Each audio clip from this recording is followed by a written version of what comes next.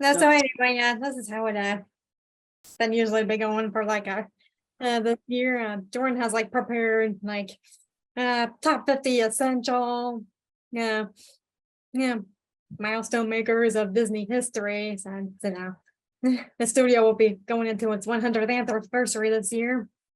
Mhm. And usually Jordan would start with like a history brief. He usually reads from like a book from somewhere. because a lot of the people involved with the first era of Disney, they've gone. But our guest last time, Donnie Donegan, was part of that era because he voiced Bambi, the child version, and I was pretty blessed to have him on last time. But That was quite a surprise even for me. so I thought you would enjoy it, so that's why I scheduled it ahead of time. Now we have now entered a period after World War II. Okay, yeah, I mean, I was wondering why you were like, skipping that part. I mean, I know we've done like the war tunes before, but there was like some other features that were around that time. But they were I'm talking the A-listers, the significant moments okay. of Disney history. I Yeah. want to talk about what's good about them. First, talk about what went down, and second, talk about what I feel about this. So Yeah, okay. So anyway, could you at least recap what we were talking about last time? I mean, you're gonna explain about how about you start up with like okay. what happened last with Bambi. This is the film that Disney doesn't want you to see. All right, so where we last left off, World War II had begun and ended, and Walt was exhausted. Like that happened there. Of his funds, and predictably, because the war must have exhausted his funds in his attempt to try to get himself back in the game of trying to tell animated stories, he would end up going into navigating the tricky waters of live action. Apparently, before the war started, right when he was working on Fantasia, he became really fascinated with the stories of Uncle Remus, which originated right here on my home turf. There's a little museum dedicated to that. So Walt somehow was able to get the rights as usual, and he wanted to adapt this as an animated feature, but somehow he must have scaled back. In the aftermath of World War II, Walt Disney Studios faced financial difficulties due to a lack of foreign marketing for animated films during wartime. The studio produced few theatrical animated shorts, then focusing instead on military training films that broke even, but produced no profit. The studio profited in 1945 and 1946 by reissuing Snow White and Pinocchio, and still had to lay off half of its employees in 1946. And the union strike also comes into play here. So interestingly enough, Disney decides to seek out to produce live action films to generate additional revenue, but there's still animation here because we are an animation club and the animated stuff is superior. Don't mind me saying, but I always prefer the animated films over the live action counterparts. Yeah, the same thing with me, but yeah. Can we please continue with the topic? Okay. While Disney's contract with RKO was for animated films that mixed live action with animation fell under the contract, allowing the studio to lower production costs on Saludos Amigo and the Three Calaberos. Yet this was the first film from Disney to sort of classify as an actual live action narrative, because this is significant here, because it's something Disney is suddenly expanding out from animation. So he got the rights to the Joel Chandler Harris Uncle Remus storybook, and in 1939 began developing Uncle Remus as an animated feature. So this guy named Dalton Lehman delivered a 51-page outline of the script on May the 15th, 1944, and the Hayes office reviewed Lehman's outline and demanded that some terminology, such as characters referring to Remus as an old darky, be removed from Lehman's treatment. Now, Disney thought that it could hire an African-American performer and writer Clarence Muse to be consulted on the screenplay, but Muse quit when Raymond ignored Muse's suggestions to portray African-American characters in a way that would be perceived as being dignified and more than Southern stereotypes. So Muse subsequently wrote letters to the editors of Black publications to criticize the depiction of African Americans in Raymond's script. Disney claimed that Muse attacked the film because Disney did not choose Muse to play the part of Uncle Remus, which Muse had lobbied for. And in addition to concerns about his racial stereotyping, Raymond had never written a screenplay before, nor would he write another. Maurice Rueff, who had been writing live action features at the time, was asked by Disney to work with Raymond and co-writer Callum Webb to turn the treatment into a shootable screenplay. According to Neil Gabler, one of the reasons Disney had hired Raff to work with Raymond was to temper what Disney feared would be Raymond's white Southern slant. And Raymond's treatment included phrases massa in reference to white characters and darky in reference to plantation workers prominently. So one character where Raff's script states in reference to black plantation workers, we got to pay these people, they're not slaves. Uncle Remus also states after being told that he cannot read any more stories to Johnny, I'm a free man, I don't have to take this. But Raff saw the animal stories as metaphors for slave resistance and intended to portray Brer Rabbit as a smaller, less powerful black man, and in place of the oppressive whites would be Brer Fox, Brer Bear, and the deleted character Brer Coon. Raff was a minority, a Jew, an outspoken left-winger, and he himself feared that the film would inevitably be Uncle Thomas. That's exactly why I want you to work on it, Walt told him, because I know that you don't think I should make the movie. You're against Uncle Thomism, and you're a radical. And Ralph initially hesitated, he just worked on the script. And it was changed from Uncle Remus to Song of the South in 1944. And here's what went on. I think because of what was going on with RKO at the time, Disney just had to use stuff from RKO. So not only do you borrow Citizen Kane cinematographer Greg Toland to do the cinematography for the live action, but you also borrow one of that movie's stars, Ruth Warwick, who in Citizen Kane plays the first Mrs. Kane, who predictably leaves the title character after she discovers he's had an affair with another person, another woman. Yeah, very easy way to ruin a relationship. And here she is playing Sally, the mother of Little Johnny, played by Bobby Driscoll, who would later be playing a character later in our Disney story. But unlike our previous guest star, who was able to get out of child acting because of difficulties with World War II and such, Bobby Driscoll was not so lucky. He got hit by that silver bullet. And probably around the early 50s, turns out Walt seemed to enjoy kids, but the head of RKO at the time, one Howard Hughes, didn't like kids that much. He kind of thought Bobby Driscoll was a brat or something like that. And it was a sort of mistreatment that went on. And then all of a sudden, Bobby Driscoll ends up going to drugs and stuff, and then tragically ends up dying at a rather young age. It's a shame because Walt really liked that kid. So, James Baskett was cast as Uncle Remus after responding to an ad for providing the voice of a talking butterfly. And Baskett is quoted as saying, I thought that maybe they tried to furnish the voice for one of Uncle Remus's animals upon a review of the voice. Disney wanted to meet Baskett personally, and he had him tested for the role of Uncle Remus. In addition to the role of Uncle Remus, Baskett also received the voice roles of the butterfly and Brer Fox. Brask also filled in as the voice of Brer Rabbit for Johnny Lee in the Laughing Place sequence after Lee was called away to do a USO tour.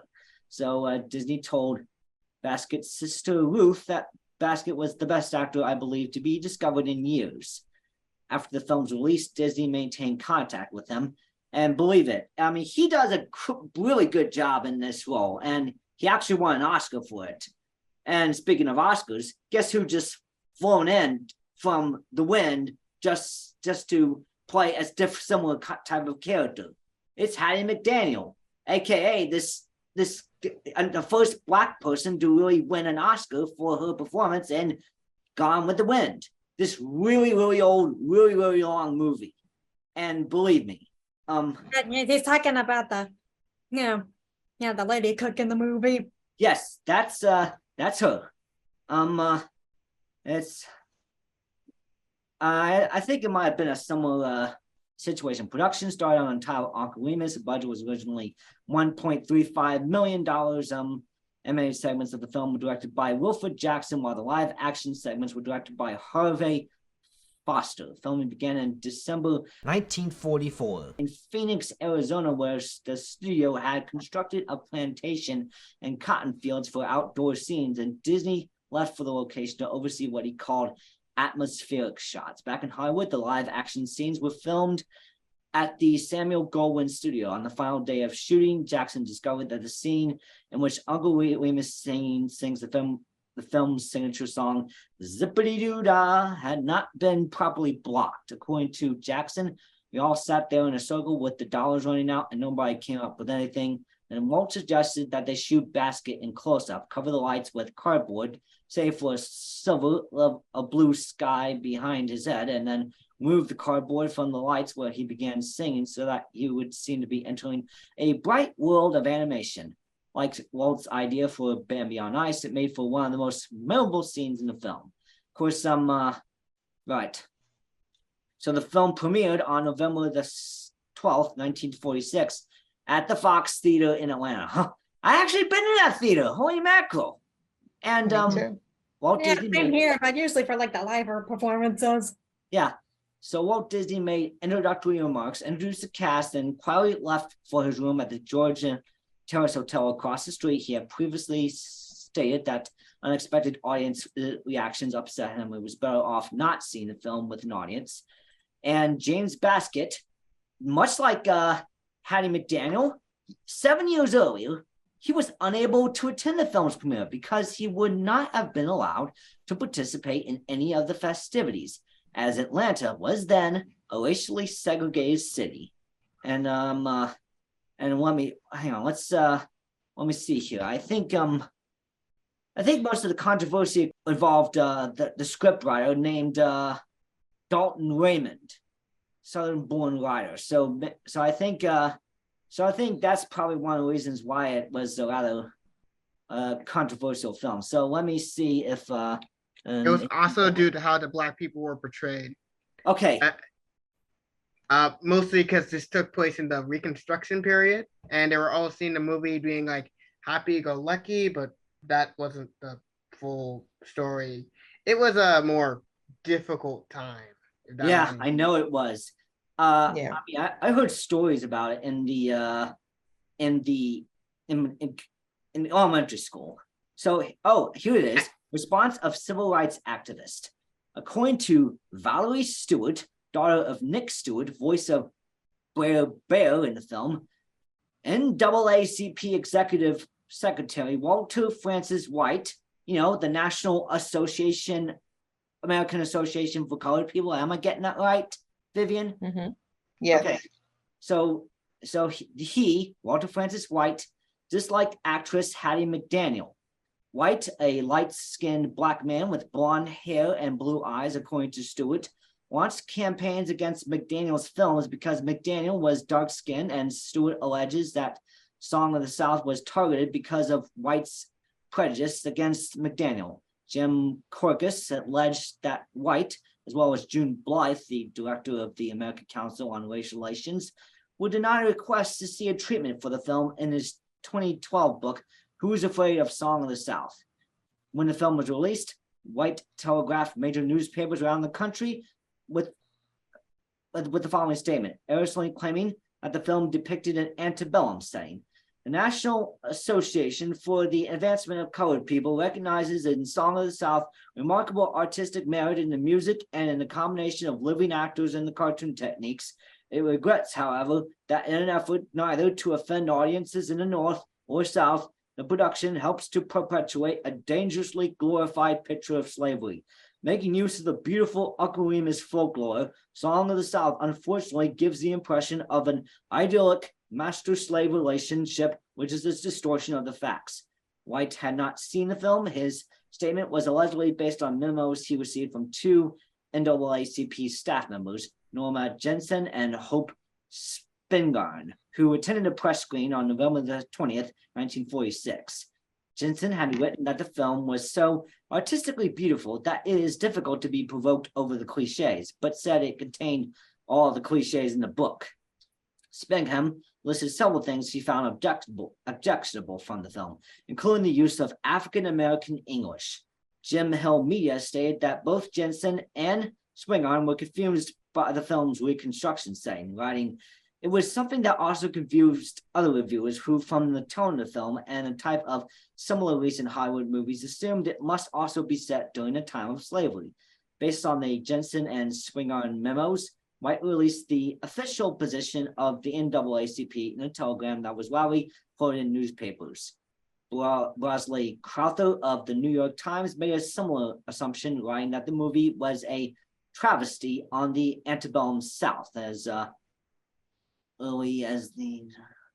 Oh, all right. So this is that's your history. Now, and let me tell you, what I think about this. First time I experienced this film, well, Zippy Doo Doo Dah, like the song, was on was the Disneyland Fun VHS tape I ran over and over and over again, and as a little kid, and then another sing-along thing with the Zippity Doo Dah song, and then finally I find out this song came from a movie called Song of the South, and my curiosity was like, yeah, let's figure out what's going on. And then how old were you when you first watched this? 2008. I was like 16 going on 17. You are 16 going on 17. Same principle. We were in the same high school then. Oh yeah, we definitely were. So I watched it, and I don't really I have too many problems with this movie. I thought the animation combination with live action was a technical marvel. So much so that I think that this is probably the first big movie that actually combines puts a live actor in an animated environment. And let me tell you, Marvel does this haven't I done all that the before time. with Alice in Cartoon Land? Like way back when the studio first started. Oh yeah, I know. I mean, well, that was the back when Disney was just a little indie trying to make its way. But by the time you reach Song of the South, they're kind of a significant major player.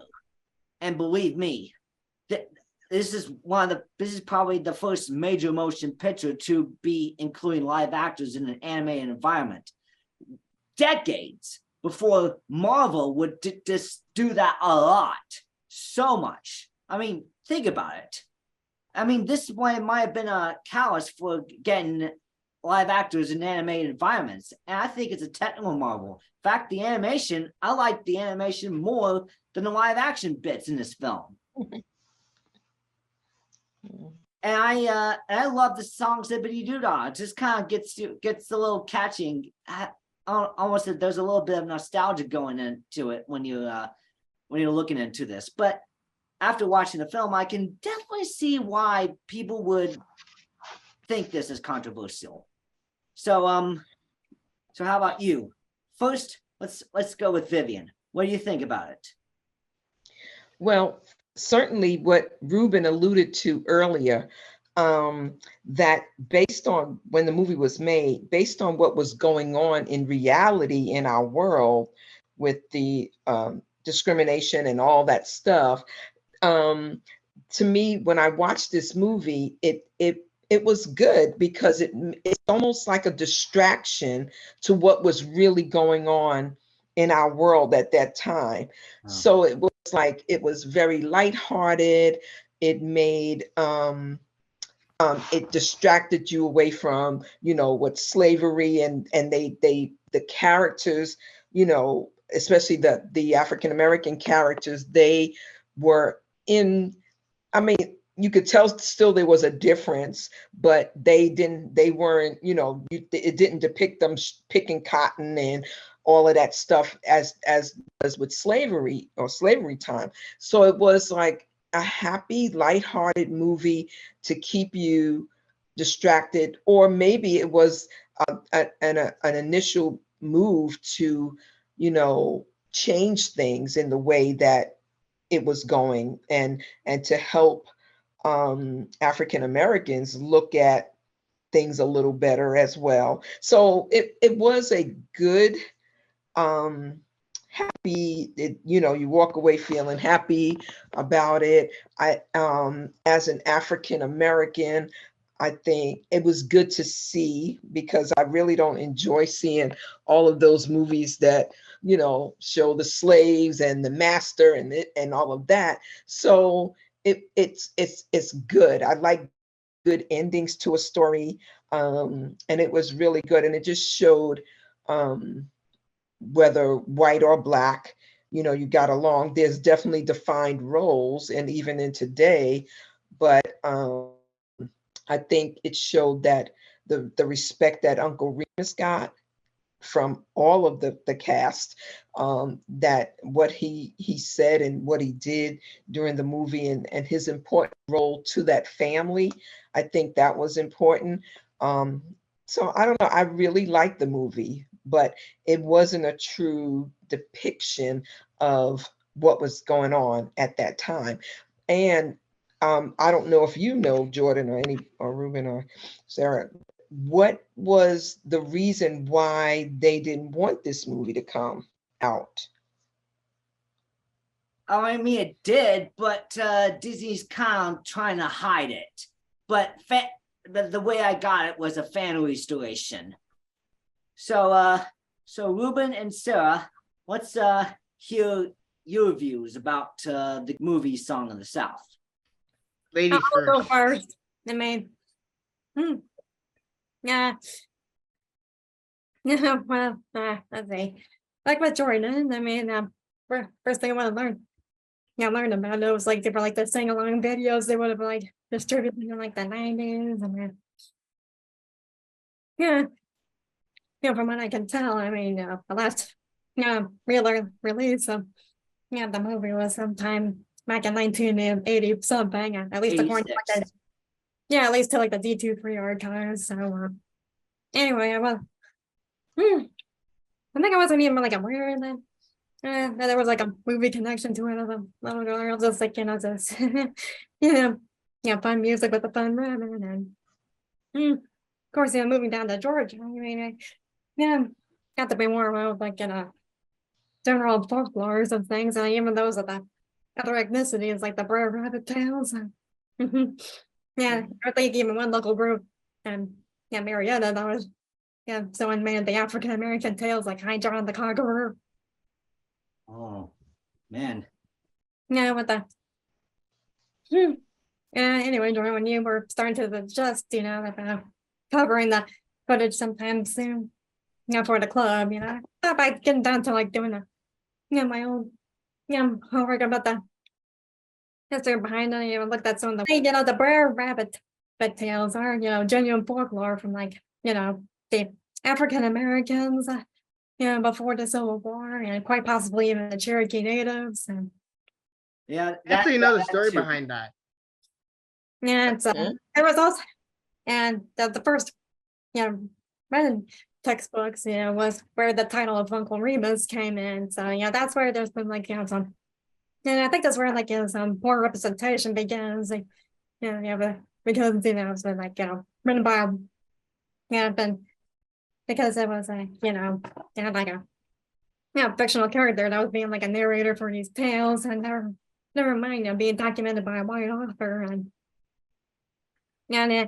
and then even then, with the, yeah, Disney company, at the time, I mean, there was like many things that seemed more, assimilating.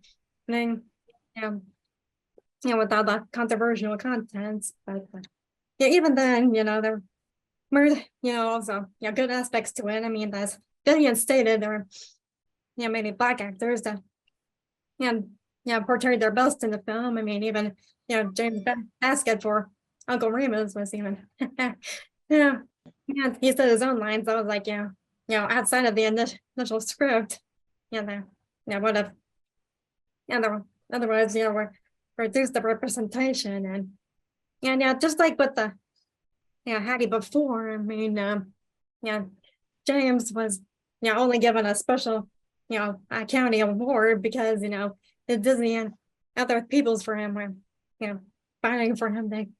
Then the county award system being highly segregated at the time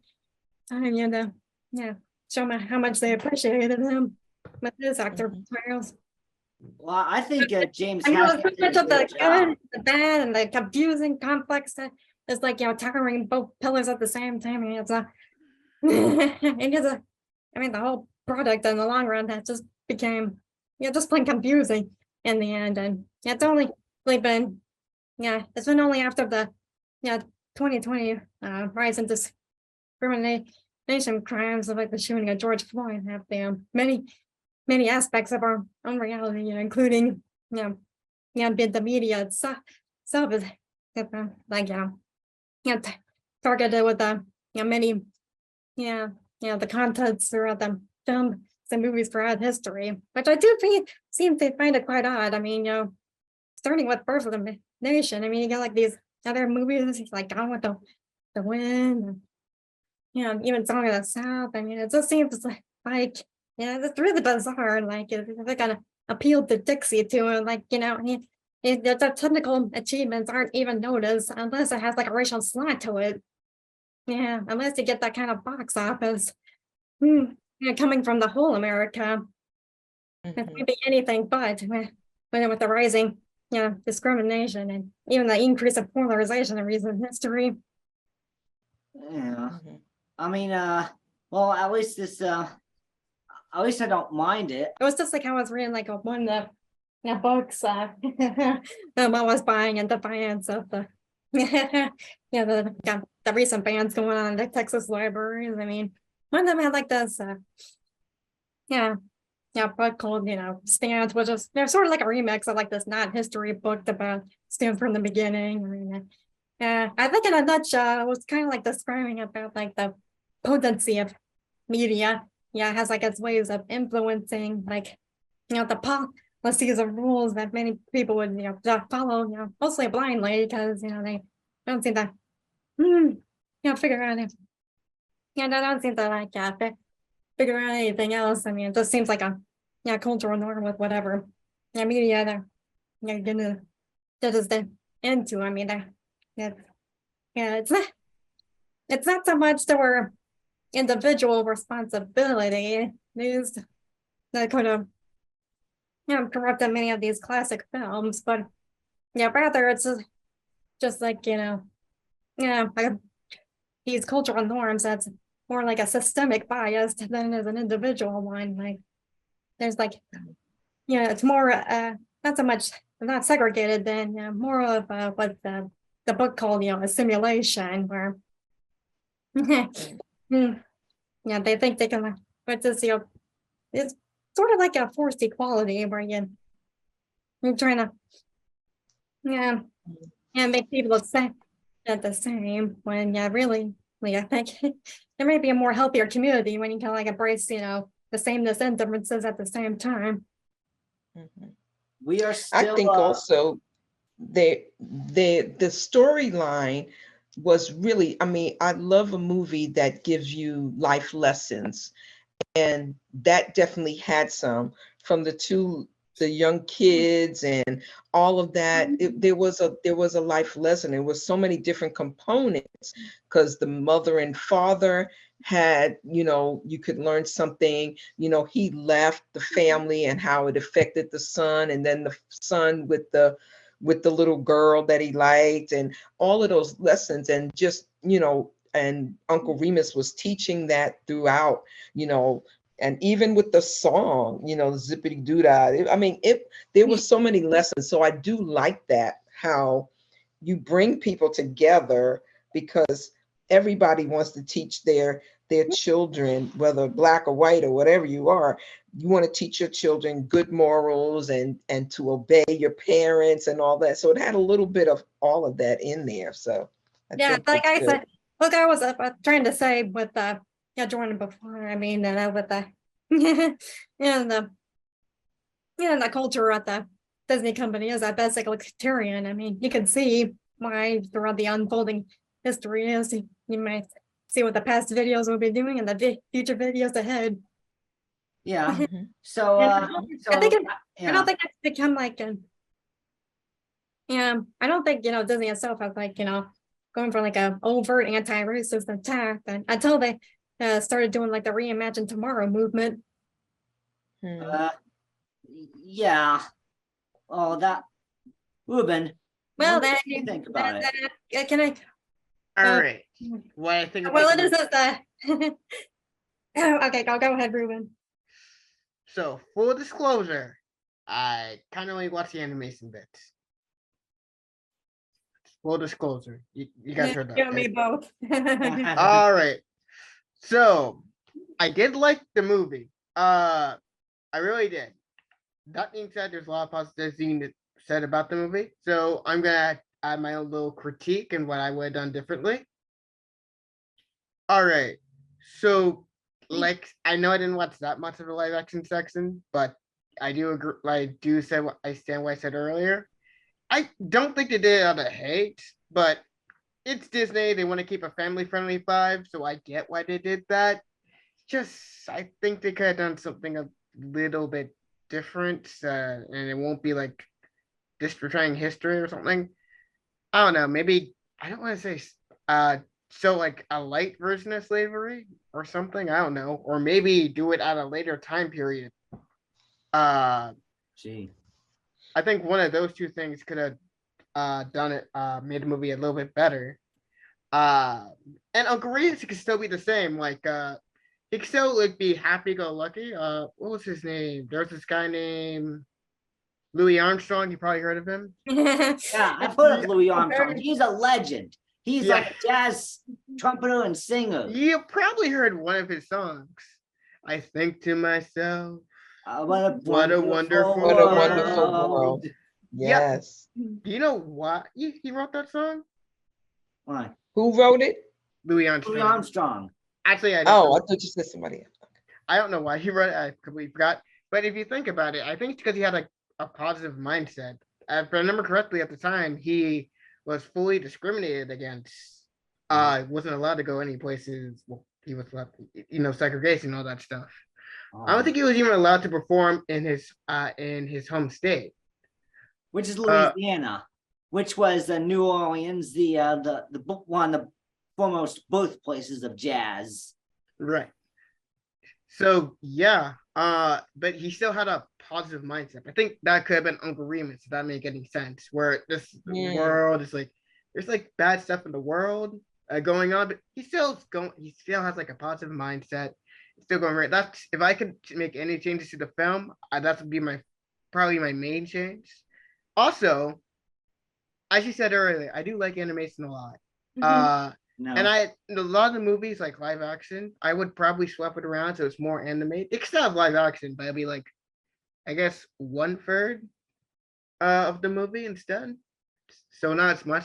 And then we can have like more shorts of Bear Rabbit. I actually kind of have a connection to Bear Rabbit. I didn't watch Song of the South until recently. However, that's not the only interpretation of Bear Rabbit, because Uncle Remus stories they're like, I think they're like public domain. Yeah, I watched I forget what company did this, but I know I watched some DVD called The Adventure of Bear Rabbit when I was younger. And I really liked the character. And it was like a bit more faithful to the books, and we got to see Brer Wolf, and a lot of other Brer animals too. I really I saw like a puppetry version of the Brer Rabbit Tales at the Center for Puppetry Arts. And they even had a tale of a clip for Sister Mud Turtle.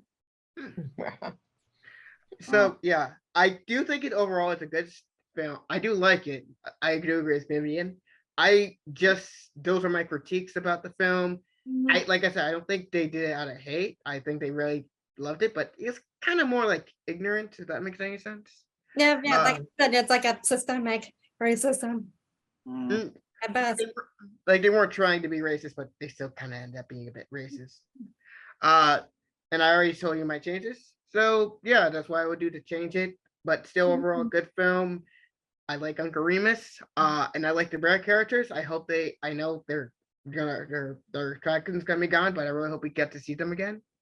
Yeah, I mean that man. Aside from your mention tomorrow, I mean they have been making a lot of classical remakes for a new generation. That's the live action remakes. I'm not exactly a fan of the live action remakes. I mean, I'm with I know you. they want to do things better, try to move forward and stuff.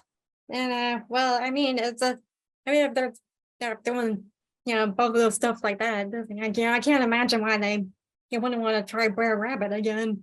I don't know. I mean, I don't know like if Try that's Bear gonna Rabbit. happen. Uh, I'm not. I don't work there. I don't really know what goes on behind the closed doors of the board of directors. Well, I do. Well, I do know from the behind the scenes history in a nutshell. I mean, there's like a million ideas that come in, but it's like, yeah, a few ideas come out per year. I really did Yeah, wish definitely. I really did wish they either stop making live action remakes or at least make them original. Yeah, tell I different would love original films that had unique characters. I would love a movie with an autistic lead, like myself. Of course, written by an autistic person like myself, and directed by an autistic person like myself. It would be a rather unique way of trying to show the world what we're capable of, because Yeah, so far and I have a chance to do this at this conference.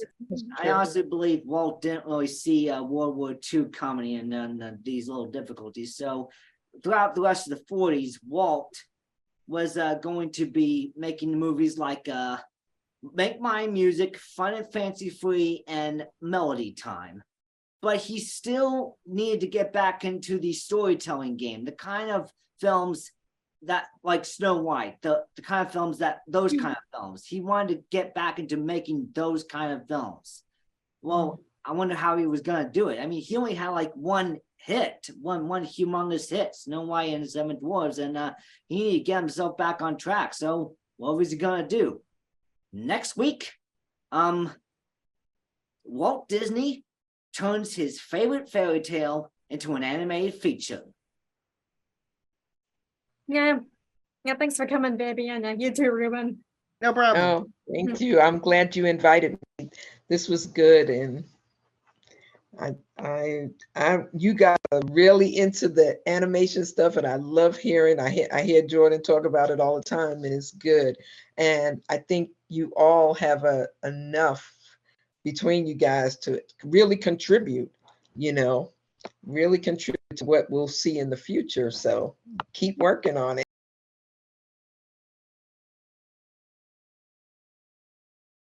Hello, Ron Husband. Welcome to the show. Good morning. Morning our time. I guess it's maybe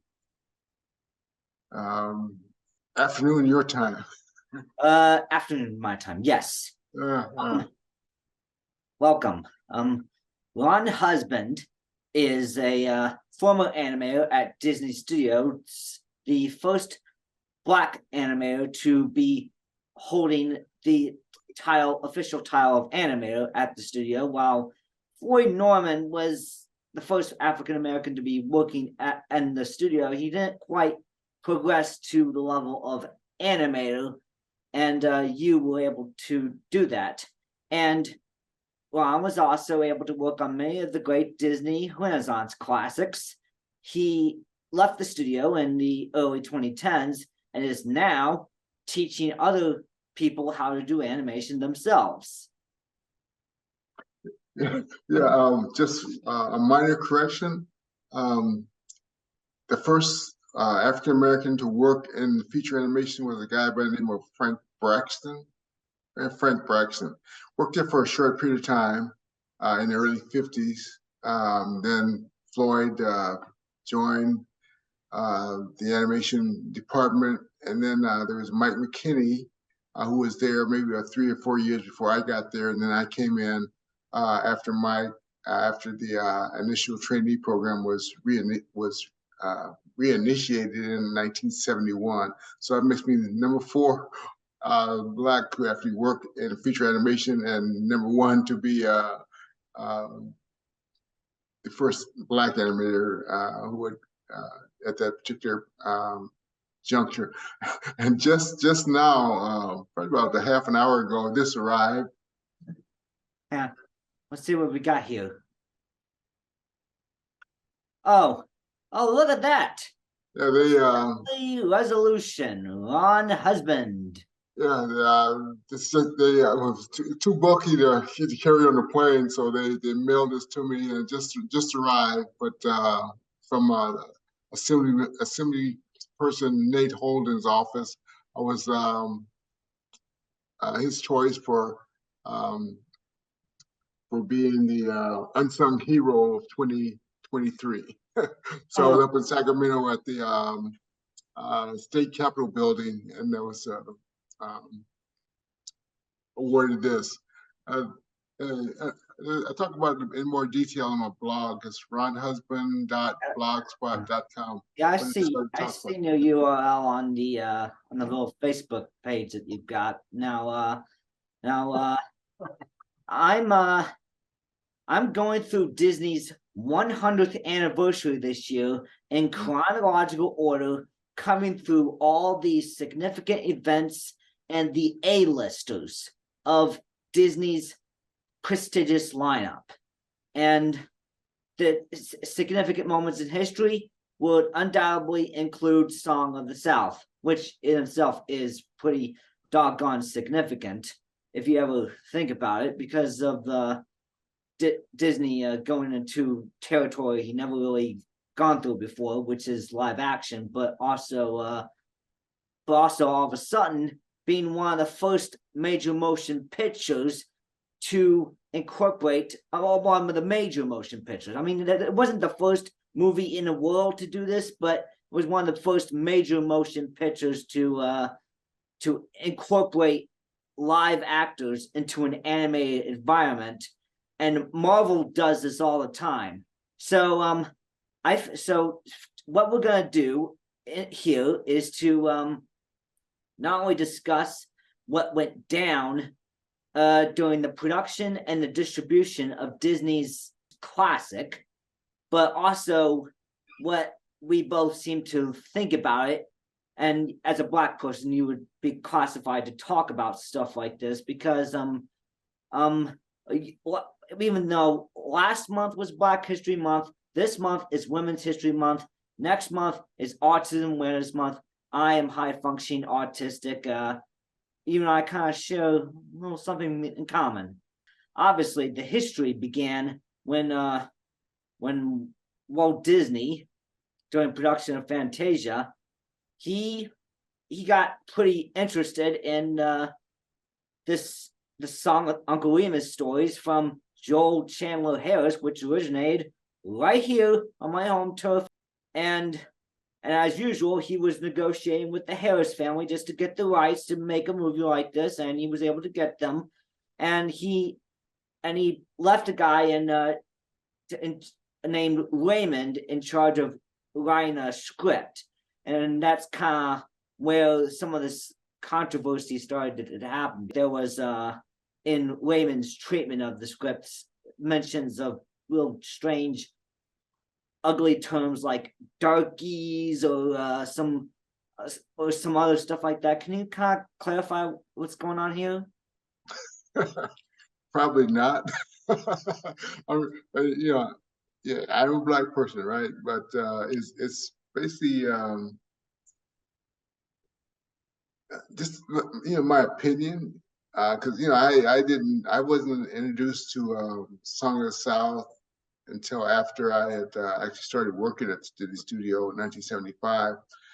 When I went to Disney Studio, I knew nothing about animation. I wasn't one of these people who grew up, just desiring to work at Disney Animation and make great animation. It wasn't anything like that. I had no idea what an animator did, what animation was. I had probably seen an animated picture since I was in my youth, like 8, 9 years old. So I came into it with a blank slate when I entered into the trainee program, and like I said, I'm not an expert on this topic, but when we were in our training, Song of the South was something that we would study for great animation. I mean, it's like some of the greatest animation that you will see. As far as timing, as far as dialogue, and how to handle dialogue, and the contrast between body types of these animals. So it was more from a standpoint of studying the techniques of animation and just learning those techniques and what was could be gleaned from exposure to those animated sections, and seeing animation from again for the first time for myself. But even as a Black person, if you look at the release of Song of the South in 1946, I believe. 46, yes. There was mixed reviews even among the Black press and Black actors as to what its impact was going to be on society. I mean, the actors that were there, who were in it, Jane Basquiat, Uncle Remus, I mean, and others, from what I read about their attitude about the picture, they didn't feel demeaned, they didn't feel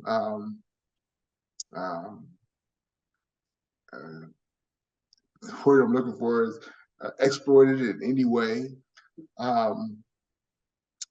And yet, in the context of how Black people were portrayed in the 40s, 30s, 40s, 50s, even 20s, it was probably in a positive way that Black people were portrayed, because the whole my understanding is that the setting was in Reconstruction South, so the Civil Wars ended, they're going into the Reconstruction period of time, and the living quarters in which Uncle Remus is in, it's not run down and shabby. It's a nice little cabin, you might say. His clothing are not like totally real dressy, but they're not rags. But but then again, it's entertainment. And what we're looking at is the entertainment aspect of the telling of the story, and then then the reality of it. The reality of Black people who have been enslaved, and the master slave interaction. I mean, it's totally fiction. You wouldn't find Black or white kids going down to slave quarters at any point in time looking for advice. And he's giving fatherly, grandfatherly advice, and and I mean, it's just a made up story. But again, it's entertainment. And that's what Disney was into, the aspect of providing entertainment. So you look at it as an entertainment vehicle, and extremely entertaining, particularly the animation portions. I mean, unfortunately, with you pulling it off the shelf and changing this, and not wanting people to have any access to it at all, it deprives a whole lot of people of being able to experience some really, really great pieces of animation. But in our, I guess, politically correct society, we want to sort of erase any vestiges of a past that was not very favorable, to where we are today. But again, this is 1946, and how are Black people portrayed in the 20s, 30s, 40s, 50s, even into the 60s, was very demeaning, very, stereotyped. And so, this is sort of like the sort of breaking out of that, showing even a slave person in a somewhat of a positive light. But again, you got people who would, again, even Black people who condemn that as untrue and just a facade of the reality. And again, the reality is this, really stark. When you read things about how Black people were treated during slavery, I mean, it's like, very hard to swallow. And so, but if you have the, if you've ever, again, just read what enslaved people went through, Black enslaved people went through during that time, even leading up to that, and then the portrayal that we had, you got all kinds of actors, and you got Shirley Temple, and you got Al Jolson, and I mean, a whole slew of actors, who were in blackface, and white actors in blackface, right? And looking at how we were told, talked about, and the names that were given, and and expected to be the shuffling, step and fetch it type of a character, stereotype of just slow and uneducated and not speaking proper English, and that was how we were portrayed. Now you got a Uncle Remus character who's giving advice, fatherly, grandfatherly advice to two little white kids in a very entertaining and uplifting manner. But again, you have to to weigh the two issues and know the truth, and then embrace the entertainment of what's coming out of there, and just looking at it as entertainment on one end, and knowing the reality that this is an impossible situation. But one of the things I learned at Disney Studio, they talked about the plausible impossible. It's an impossible situation, but it's plausible or believable the way it's presented. A person does a take, or they do, some did a scene with Jolly in Hunchback of Notre Dame where the goat does a backflip.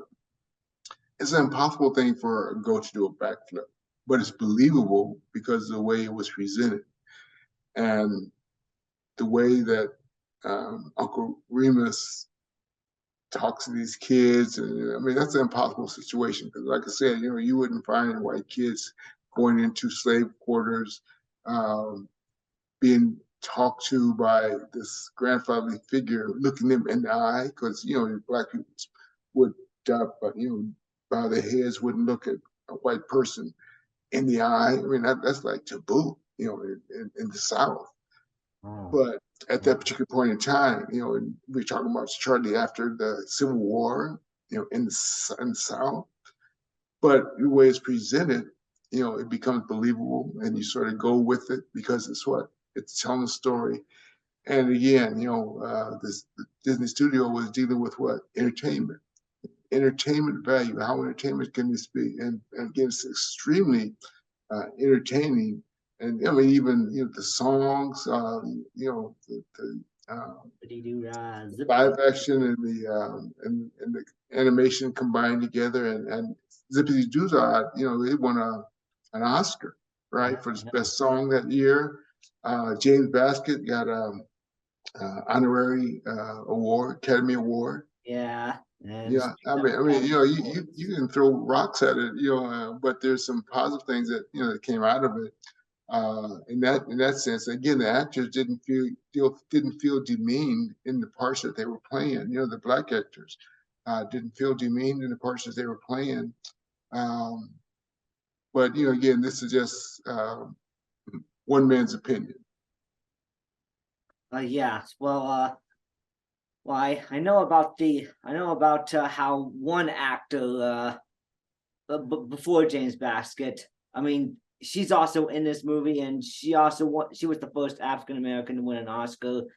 Her name was Hattie McDaniel. And something similar happened with both James Baskett and Hattie McDaniel.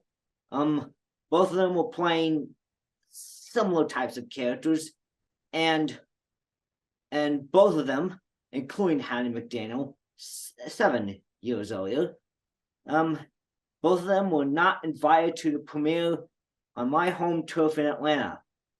Only when Disney premiered his movie in Atlanta, it was at the Fox Theater in Atlanta. And what a coincidence. I actually been to that theater to see some live shows.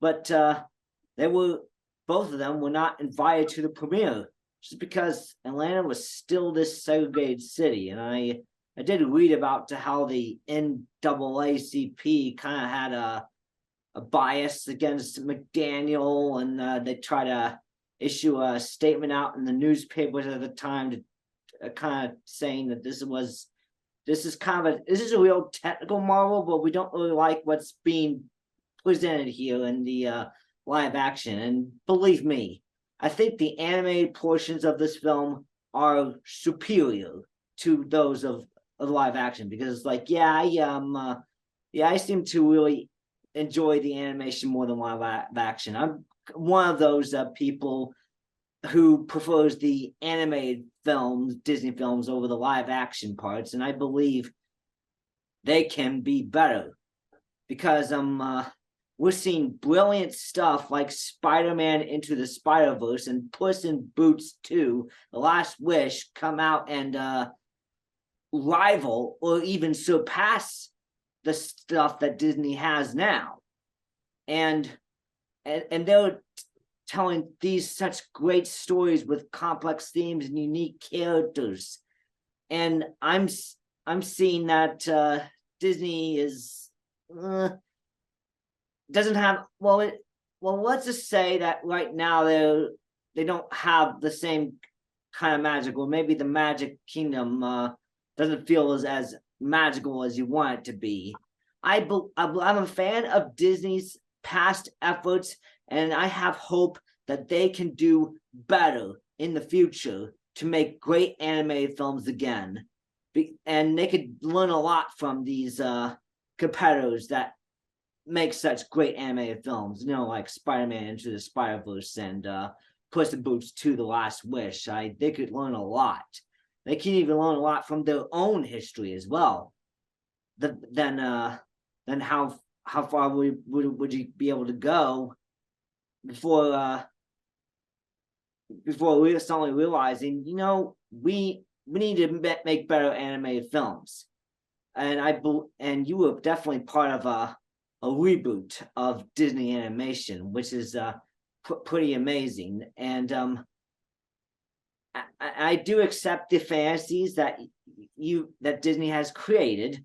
Of course, these were still different times and stuff. I gotta put it into the context of what was going on and how I feel about it. Though my experience with this movie first came about when I heard the Zippity Doo Dah song on the Disneyland Fun VHS tape that I just played over and over again as a kid.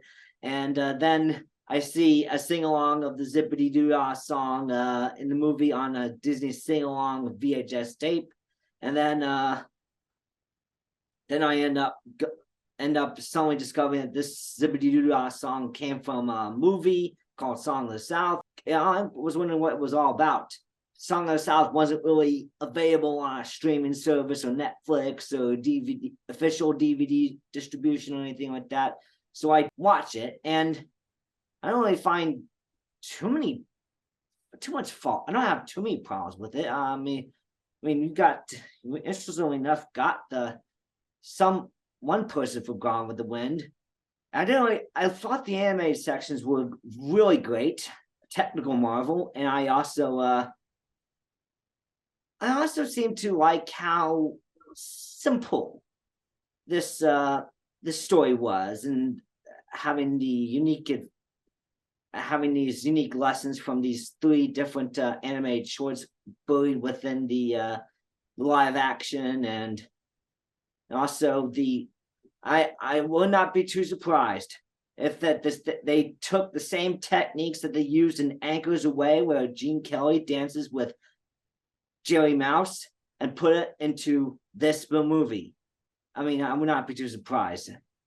I believe they must have. I mean, there was probably no other way. They didn't have as wide of a tool set as we have now, so they just had to make with what they got over in Hollywood.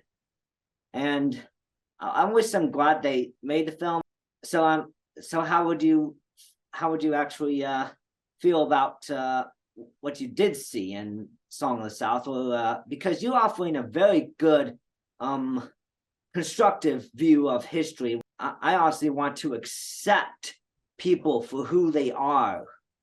Right around the end of the Walt Disney era, in your case, it started to become a little more inclusive and stuff. You saw women, and you saw, in your case, people of color start to walk into the ranks and the high positions and the stories of what Disney was doing during the Renaissance period. Yeah.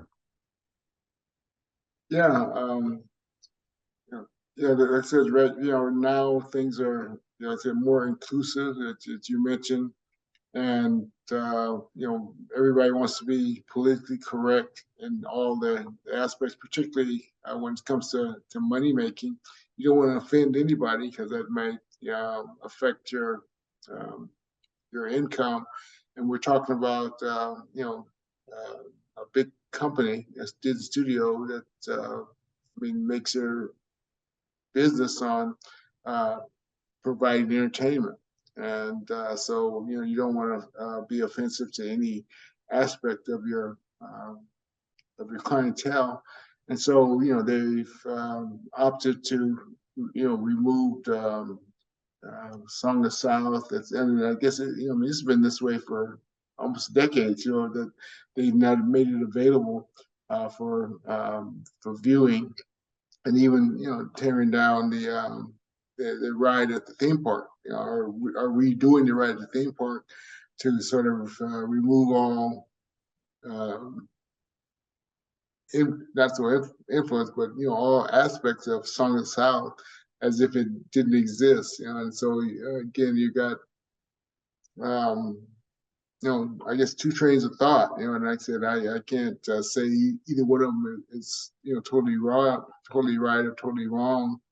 But you're just realizing that the reality of the Song of the South, because it doesn't stand for enslaving people again. It doesn't go that far. But it was made in an era to sort of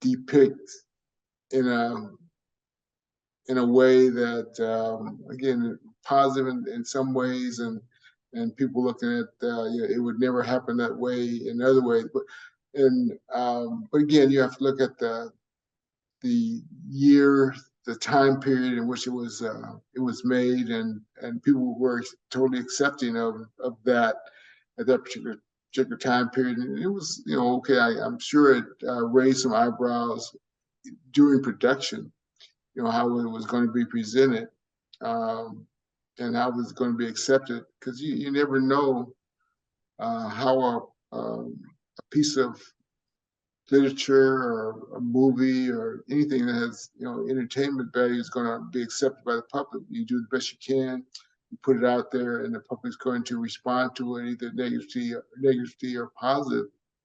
Then it's going to make a classic. It's going to or it's just going to be a dud at the box office. And so in the entertainment industry, you're always looking for making money and putting it out there, and it's going to be a hit. But you never know until you actually get it out there. And now, it's garnering some negative and some positive publicity, as it was when it was first released in 1946. But you can't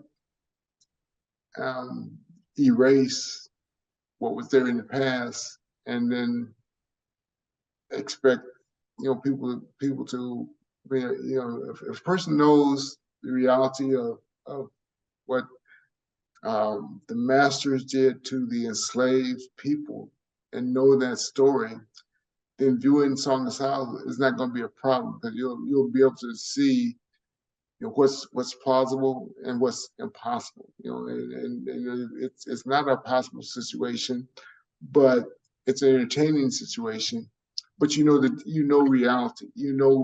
Slavery. You read any books on slavery, Bullwhip Days or Remembering Slavery, which was the governments was going through in the 30s, interviewing people who had literally been enslaved, and before they had passed on, there was thousands of people who had lived through the tail end of slavery, and now 30, 40 years later, they're in the 80s and 90s, and they went out and they interviewed these people, and you get a real true view of people who had actually been enslaved, and so that. So when you look at Song of the South, that it's a caricature of an actual event. So the difference. It's not like well, this is I don't know anything about slavery. Enslaved people, the environment, what they went through. And so I'm looking at this, and that's my view of slavery. People who had been enslaved, Uncle Remus, and these little white kids. That's my view of slavery. But if you have a well-rounded view, the difference between the reality and this this portrayal of the unreal. But again, it's done to entertain, not to educate.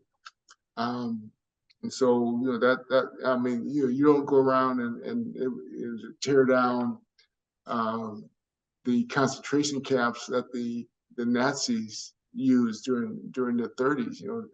It's a reminder of man's inhumanity of man, to man. And so, it becomes a monument to that. But you just don't go around and bulldoze it, because you don't want anybody to remember anything about that particular period of time in history.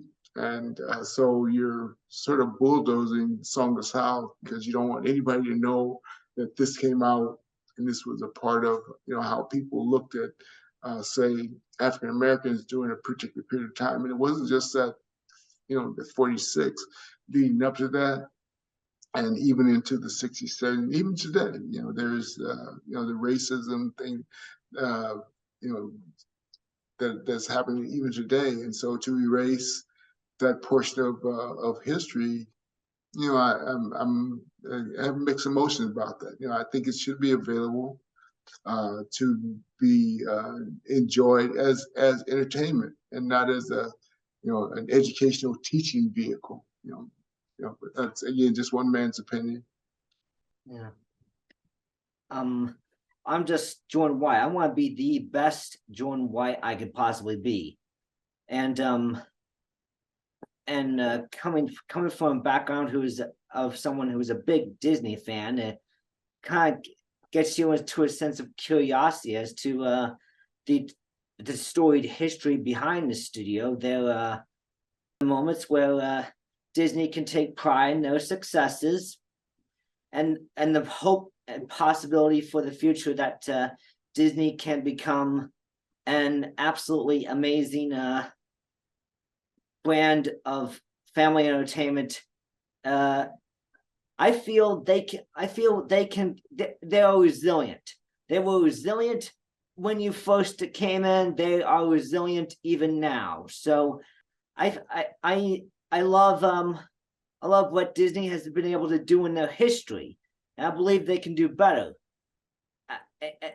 Well, I mean, they did better back then. They could do better now. They can improve. They can drastically do things in a way that wows people and amazes them.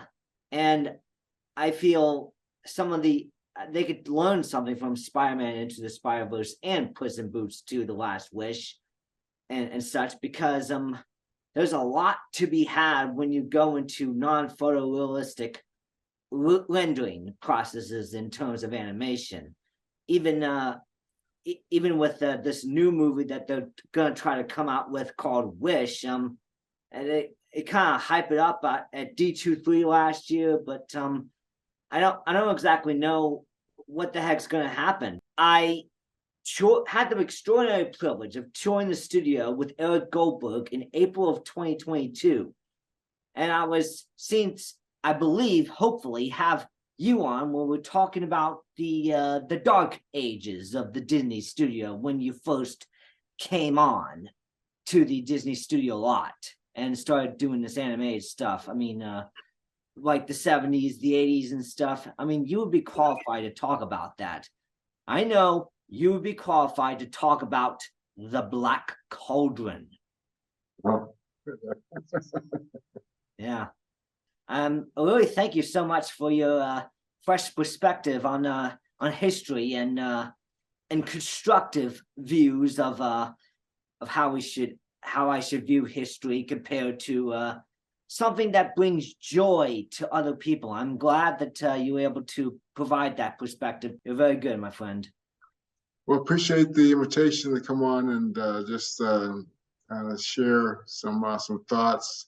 Again, I appreciate it, and it's different from a lot of other podcasts.